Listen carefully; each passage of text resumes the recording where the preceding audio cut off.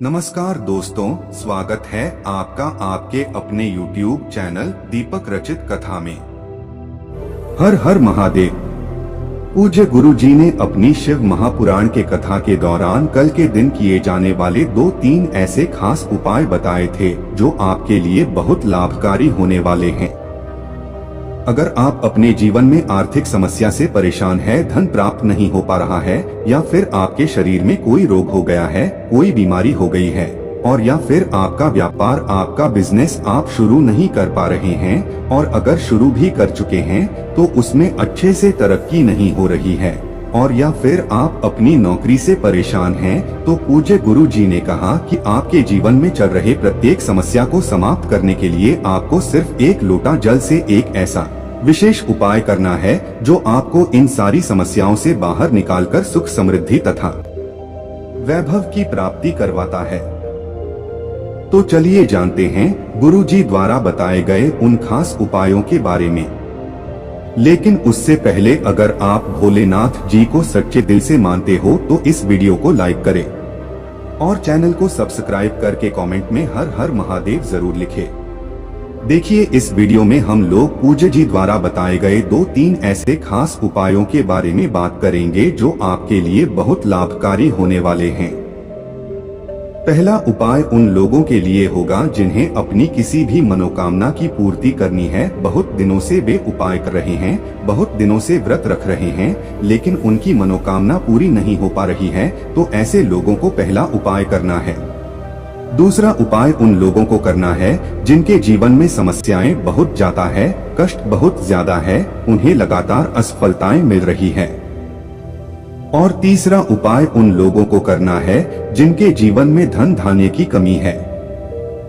चलिए बात करते हैं गुरु जी द्वारा बताए गए पहले खास उपाय के बारे में। देखिए, इस उपाय के लिए आपको एक लोटा जल ले लेना है। लोटा आपके पास तांबे का हो तो तांबे का ले लीजिए, और अगर स्टील का हो तो स्टील का ले लीजिए। इस लोटे में जल आप अपने किचन से भर लीजिएगा। आपके किचन में आरो, मटका, बाल्टी जो कुछ भी रखा हुआ है वहीं से आपको यह जल भर लेना है। फिर इसी के साथ आपको ले लेनी है चने की दाल। चने की दाल आप चाहें तो 21 ले लें, या फिर 11 ले लें, या कर 41 ले लें, या फिर 51 लें, या फिर 108 ले लें। जितनी भी आप चने की दाल ले सकते हैं उतनी चने की दाल ले लें। पर इस बात को ध्यान रखना है कि इनमें से कोई भी चने की दाल टूटी हुई नहीं होनी चाहिए, खंडित नहीं होनी चाहिए, क्योंकि महादेव में हम लोग कोई भी सामग्री खंडित समर्पित नहीं करते हैं। फिर इसी के साथ आपको थोड़ा सा शहद ले लेना है। शहद आप बस 2-4 बूंद या 5 बूंद ले लीजिएगा। अब ये तीनों सामग्री लेकर आपको जाना है शिवालय। पूज्य गुरुजी ने कहा कि आपको ये उपाय सिर्फ गुरुवार के दिन करना है। गुरुवार के दिन आप चाहे तो सुबह इस उपाय को कर लें, या फिर शाम को इस उपाय को कर लें। जब भी आपके पास टाइम, कब आप शिवालय जाकर इस उपाय को कर सकते हैं। अब शिवालय पहुंचकर सबसे पहले आपको एक काम करना है। आप जो शहद लेकर आए हैं वह शहद को इसे एक लोटा जल में आप मिला लेंगे। एक लोटे जल में मिलाते हुए श्री शिवाय नमस्तुभ्यम या फिर ओम नमः शिवाय का स्मरण करते जाएंगे। फिर इसके बाद इस लोटे का जल आप धीरे धीरे शिवलिंग के ऊपर समर्पित करते जाएंगे और लगातार शिव महापुराण के मूल मंत्र श्री शिवाय नमस्तुभ्यम या फिर ओम नमः शिवाय का स्मरण करते रहेंगे। पूज्य गुरुजी ने कहा कि जल आपको इतने धीरे समर्पित करना है कि जल समर्पित करते करते आप कम से कम 11 बार श्री शिवाय नमस्तुभ्यम मंत्र का जाप जरूर कर लें।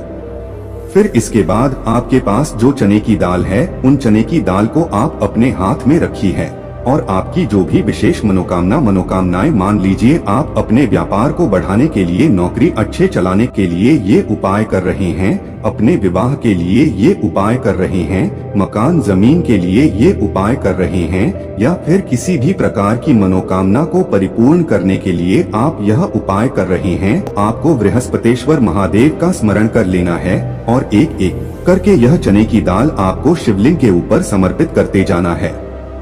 समर्पित कर सकते हैं। और अगर शिवालय में भीड़ नहीं है तो फिर आप एक एक चने की दाल शिवलिंग के ऊपर समर्पित करते जाइए और श्री शिवाय नमस्तुभ्यम मंत्र का स्मरण करते जाइए। और साथ ही साथ बृहस्पतेश्वर महादेव का भी आप कम से कम 11 बार या फिर 21 बार स्मरण जरूर कर लीजिए। गुरुजी ने कहा कि आपकी जो भी मनोकामना है उसको परिपूर्ण करने के लिए आप बृहस्पतेश्वर महादेव से प्रार्थना करके फिर वापस अपने घर आ जाइए। पूज्य गुरुजी ने कहा कि अगर आप बृहस्पतिवार के दिन ये उपाय करते हैं तो हम आपको यकीन दिलाते हैं कि आपकी चाहे जैसी भी विशेष मनोकामना हो वह महादेव की कृपा से बहुत ही जल्द परिपूर्ण हो जाएगी।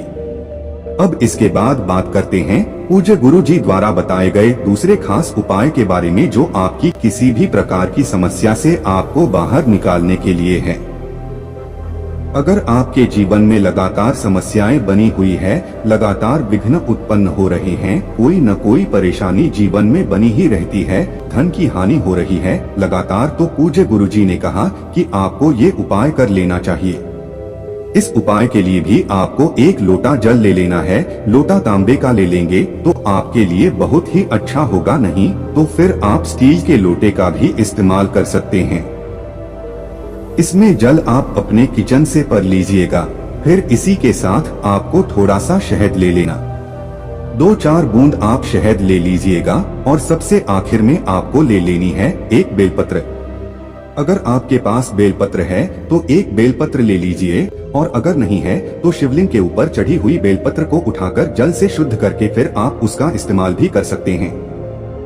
बस आपको ध्यान रखना है कि यह बेलपत्र कहीं से भी कटी फटी नहीं होनी चाहिए, और बेलपत्र के आखिर में जो दूत होती है यानी जो डंठल होता है वो भी नहीं होना चाहिए। अब सिर्फ ये तीनों सामग्री लेकर आपको कहाँ जाना है? शिवालय। पूज्य गुरुजी ने बताया कि ये उपाय भी आप चाहें तो सुबह कर लें और चाहे तो शाम को कर लें, जब भी आपके पास टाइम तब आप इस उपाय को कर सकते हैं। शिवालय पहुंचने के बाद सबसे पहले आप जो शहद लेकर आए हैं उस शहद को आप अपनी अनामिका उंगली में लगा लीजिए। आप अपने दाहिने हाथ यानी राइट हैंड की अनामिका उंगली में इस शहद को लगा लीजिए और फिर इसी अनामिका उंगली से आपको माता अशोक सुंदरी वाले स्थान में ओम बना देना। श्री शिवाय नमस्तुभ्यम मंत्र का स्मरण करते हुए माता अशोक सुंदरी वाले स्थान में आपको बना देना है। सामने आपको समझाने का प्रयास किया जा रहा है। फिर इसी के बाद आप जो एक बेलपत्र लेकर गए हैं उस बेलपत्र को आप अपने हाथ में रखिए और आपके जीवन में जो भी दुख हो, जो भी समस्याएं हैं, जो भी संकट झेल रहे कार्यों की वजह से आपको सफलता न मिल पा रही हो तो उनका स्मरण कर लीजिए और महादेव से उन सभी समस्याओं को दूर करने की प्रार्थना करते हुए के लिए एक बेलपत्र आपको उनके ऊपर रख देना है। जिस स्थान पर आपने ओम बनाया है उसी के ऊपर आपको यह बेलपत्र रख देनी है। बेलपत्र की चिकनी शायद का हिस्सा नीचे रहेगा और बेलपत्र की डंडी जलाधारी की तरफ रहेगी। सामने जैसे आपको दिखाया जा रहा है ठीक ऐसे ही आपको समर्पित कर देना है। जल को आप सबसे पहले इस बेलपत्र में थोड़ा सा समर्पित कर दीजिए, जिससे स्थान पर या निर्माता अशोक सुंदरी वाले जिस स्थान पर आपने यह बेल पर समर्पित की है इसी बेलपत्र के ऊपर थोड़ा सा जल समर्पित कर दीजिए और बाकी बचा हुआ पूरा जल शिवलिंग के ऊपर समर्पित करते जाइए और लगातार शिव महापुराण के मूल मंत्र श्री शिवाय नमस्तुभ्यम या फिर ओम नमः शिवाय का स्मरण करते जाइए। पूज्य गुरुजी ने कहा कि इसके बाद फिर आपको वापस अपने घर आ जाना है। गुरुजी कहते हैं कि अगर आप गुरुवार के दिन ये उपाय करते हैं और महादेव से अपनी समस्या को दूर करने की प्रार्थना करते हैं तो यकीन मानिए महादेव आपको इस प्रार्थना को बहुत ही जल्द समाप्त कर देंगे। बस आपको ये उपाय पूरे दिल से करना है, पूरे भाव से करना है, जिसे महादेव आपकी प्रार्थना को पूरे दिल से स्वीकार करें। अब इसके बाद बात करते हैं गुरुजी द्वारा बताए गए सबसे आखिरी उपाय के बारे में जो आपके जीवन में धन धान्य की प्राप्ति के लिए है।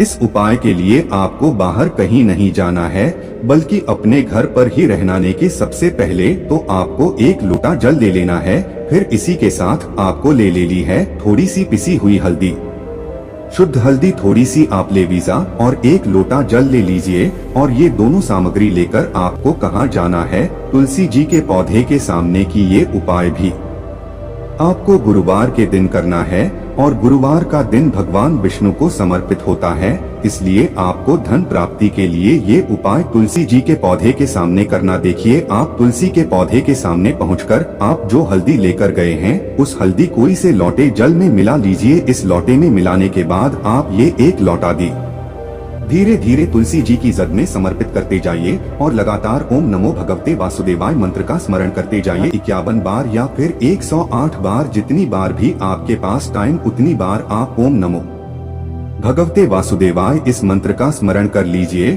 और माता रानी से यानी तुलसी महारानी से और भगवान विष्णु से आपको प्रार्थना कर ले रही है कि आपके जीवन में धन से संबंधित जो समस्या चल रही है उसको दूर कर दीजिए। आप ऐसी कुछ प्रार्थना करते हुए फिर वापस आ जाएंगे। गुरु जी ने कहा कि अगर आप इस उपाय को 5 गुरुवार लगातार कर लेते हैं तो हम आपको यकीन दिलाते हैं कि आपके जीवन में धन की समस्या हमेशा के लिए समाप्त हो जाएगी। बस आपको ध्यान रखना है कि आप सूर्यास्त के पहले ये उपाय कर लें, सूर्यास्त के बाद आपको ये उपाय नहीं करना। अब इसके बाद बात करते हैं पूज्य गुरुजी द्वारा बताए गए कुछ बेहद महत्वपूर्ण जानकारियाँ कि निजी। पूज्य गुरुजी ने कहा कि शिव महापुराण की कथा कहती है कि शिव की भक्ति करने वाला न तो ब्राह्मण होता है, न क्षत्रिय होता है, न वैश्य होता है और न ही शूद्र होता है। वह कुछ नहीं होता है, वह तो सिर्फ शंकर का महत्व होता है, शंकर का पुत्र होता है या तो फिर संत होता है। इसलिए आपको की भक्ति करते समय इन बातों का ध्यान जरूर रखना चाहिए। इसी के साथ पूज्य गुरुजी ने कहा कि अगर आप एक लोटा जल शिवलिंग नहीं चला पाते हो या फिर आप नंदी को स्पर्श नहीं कर पाते हो या फिर आप शिवलिंग को स्पर्श नहीं कर पाते हो तो जिस भूमि से मंदिर में जाने वाला रास्ता है,